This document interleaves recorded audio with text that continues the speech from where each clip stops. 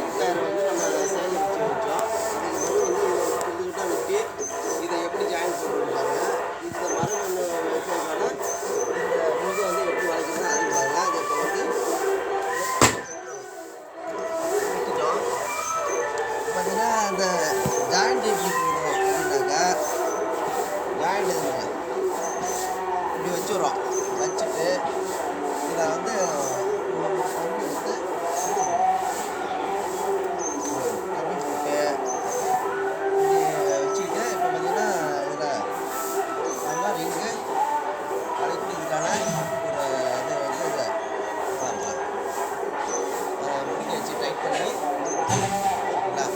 இப்போ இந்த ரிங்கு வந்து ரெடி ஆகிடுச்சு பாருங்கள். நம்ம வந்து இதில் வந்து சுற்றி ஒரு 5-6 கழுவிச்சு வந்து ஆணி போட்டு வச்சுக்கலாம். 3 ரிங்கு வச்சுக்கிட்டிங்கன்னா அப்படி படிப்படியாக ஒரு 3 ரிங்கு வச்சுட்டு கண்ணை வந்து உள்ளார வச்சிடலாம்.